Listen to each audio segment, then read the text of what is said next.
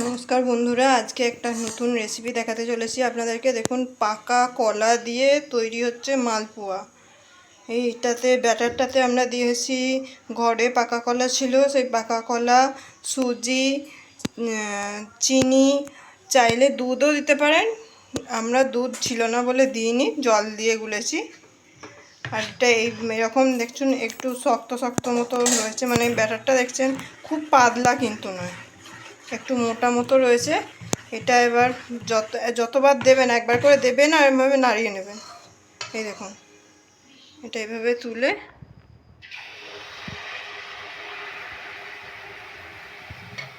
এটা কিন্তু খেতেও খুব ভালো লাগে, এটা কিন্তু খুব হেলদি। এটা কিন্তু আমি দেখছি তেলে ভাজা হচ্ছে, অনেকে কিন্তু ভাপাও করে নেয়। আমি কিন্তু অ্যাকচুয়ালি ফোনেই দেখেছি অনেকে ভাপাও করে নেয়।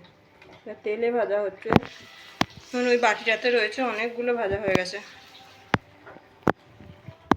খেতে কিন্তু খুবই টেস্টি হয়। আরও একবার ব্যাটারে কী কী দিয়েছি আমি বলে দিচ্ছি। কলা দেওয়া হয়েছে, চিনি দেওয়া হয়েছে, আর চাইলে আপনার ড্রাই ফ্রুটস এবং দুধ দিতে পারেন, আমরা সেটা দিইনি।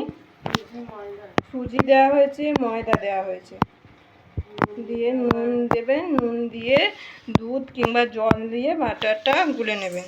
দেখুন ব্যাটারটা কত কীরকম হয়েছে দেখুন, মানে খুব পাতলা কিন্তু করলে চলবে না,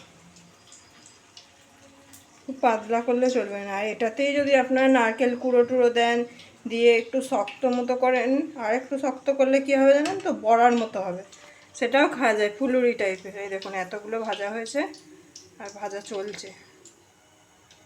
ঠিক আছে বন্ধুরা, আবার অন্য কোনো ভিডিও দেখা হবে।